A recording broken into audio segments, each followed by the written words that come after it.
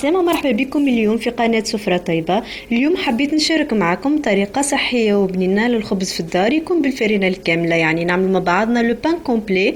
نتمنى ان الطريقة هذه تعجبكم. ما تنسوش تشتركوا بالقناة وتعملوا طلع على الموقع www.sufrataيبة.wordpress.com.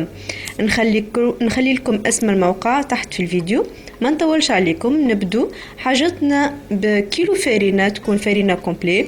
كاس متاع 20 مليلتر فيه مغرفة صغيرة خميرة متاع خبز مع رشة سكر، 730 مليلتر ماء دافي، 20 جرام ملح، 20 جرام زبدة، الماء حسب نوعية الفرينة.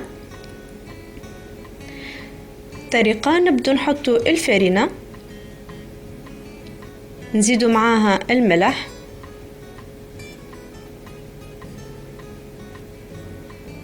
نخلطوهم مع بعضهم، وهذه نصيحة يلزم نخلطوهم الملح مع الفرينة قبل ما نصبو الخميرة، على خاطر الخميرة ما تطلعش إذا تفاعلت مع الملح. نصبو الخميرة، نبدو نزيدو الماء بشوية بشوية،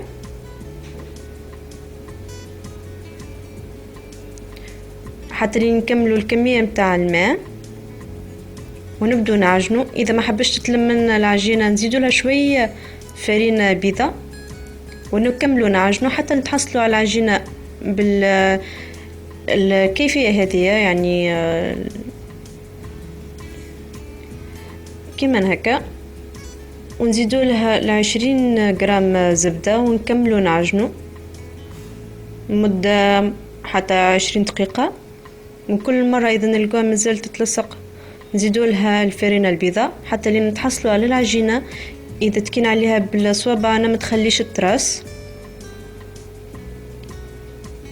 نحطوها في الصحفة، مثلا هنا يتعملت لها الفرينة نجمو ندهنوها حتى بالزيت الصحفة متاعنا باش متلصقناش العجينة. نغطوها، نخلوها ترتاح ساعة وأكثر حسب السخانة اللي في الدار تاعنا. وهذه العجينة تخمرت لي، رشيت البلون متاع البلون دو ترافاي متاعي وهبطت العجينه. نبدا نقسمها اجزاء، ميزان كل جزء ما بين 360 حتى ل 400 غرام.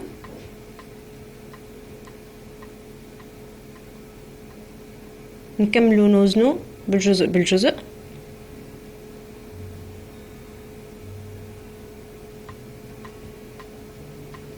كما تشوفوا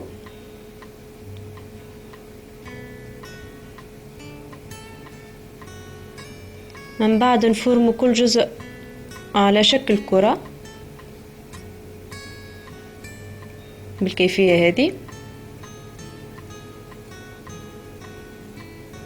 نتحصلوا على 5 كرات، نخلوهم يرتاحوا مدة 10 دقائق. بعد نرجعوا لهم، نحضروا الفرينة باش نبدو نفرموا الخبزات متاعنا. نرش الفرينة على العجينة هذه ونبدو نطرحوها بالطريقة هذه ونفرموا بالشكل هكا.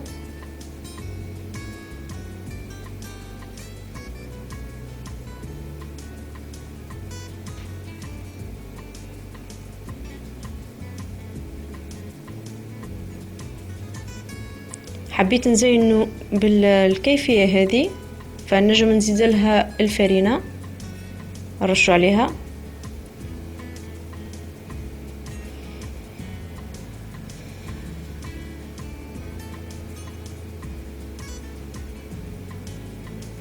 كمان هكا نخلوهم يتخمروا.